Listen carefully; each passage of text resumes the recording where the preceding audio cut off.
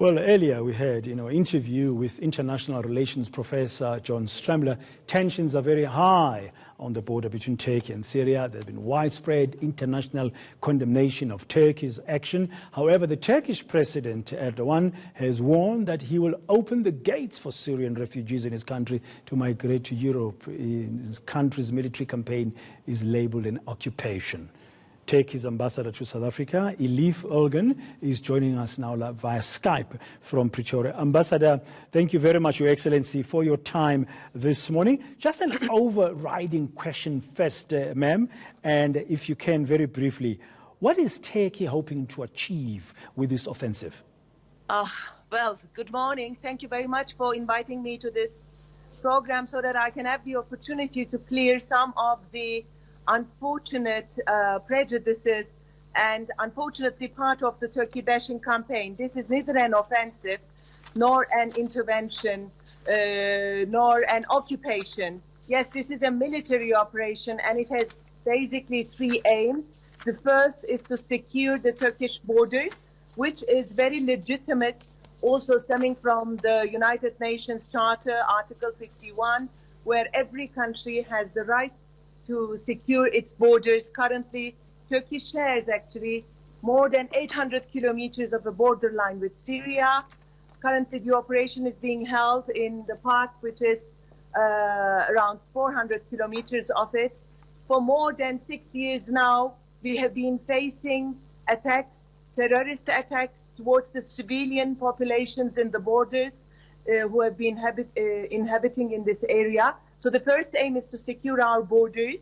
Secondly, is to create a safe zone that will hopefully be protected both by Turkey and Syria, and then hopefully will help and will be conducive to the return of some of those Syrians who are willing to return. Currently, Turkey is hosting more than 4 million Syrians, out of 400,000 of them are of Kurdish origin. So obviously, once there is a safe zone established in that part between Turkey and Syria, a lot of them have declared that they're willing to return to their homeland, which is very much their right to do so.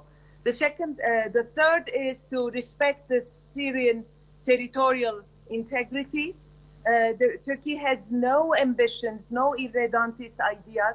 All through our modern history, we had never had such ideas. We have no intention of at an inch of any foreign land.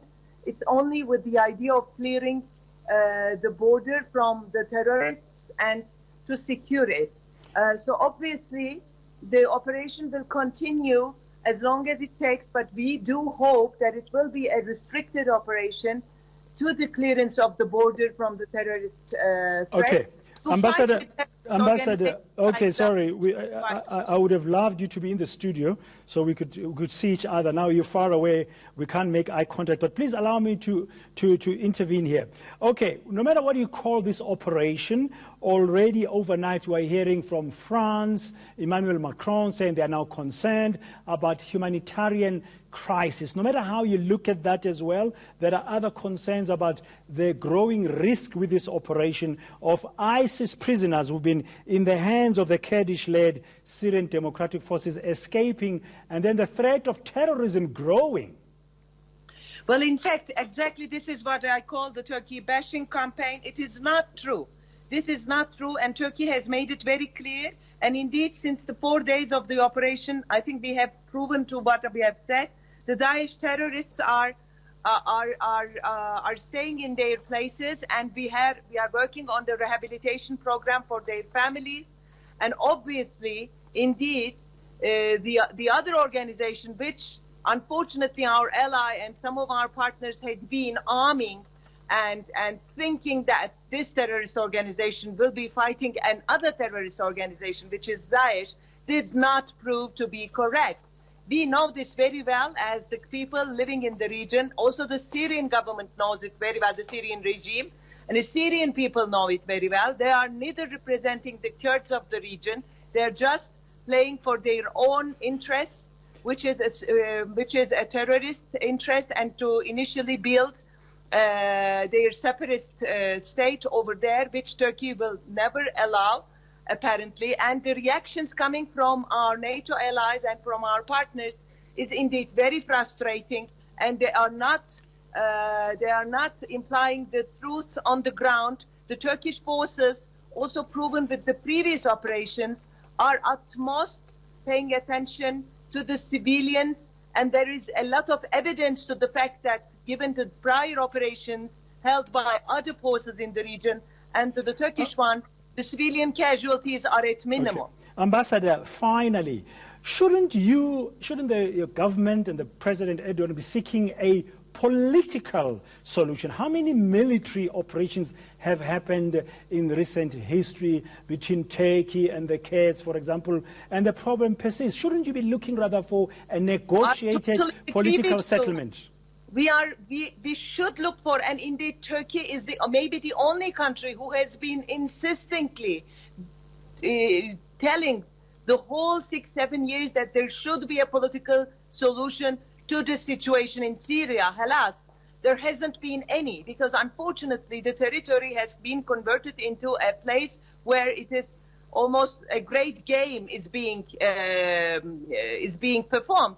Unfortunately, Turkey, after so many years and after so many losses financially and also humanitarianly, we have decided to take it into our own hands, and we are the ones going to clear this border from the terrorist threat and hopefully bring a peaceful, safe zone where also the Syrians can repatriate to their homelands and the Turkish people on the border can live in safety.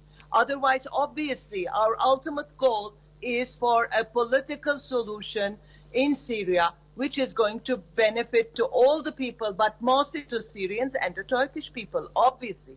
Okay. But we are not led to do this. Unfortunately, Turkey is part of the Astana process. Turkey is part of almost all the negotiation processes that involve Syria, but nobody has brought a solution of the growing terrorist threat in our border. Okay, thank you very much. The Turkish ambassador to South Africa, Elif Ulgen, giving us a sense, thank you, ma'am, a sense of her government's position regarding the ongoing battle and escalating military operation in the border between Turkey and the northern part of Syria.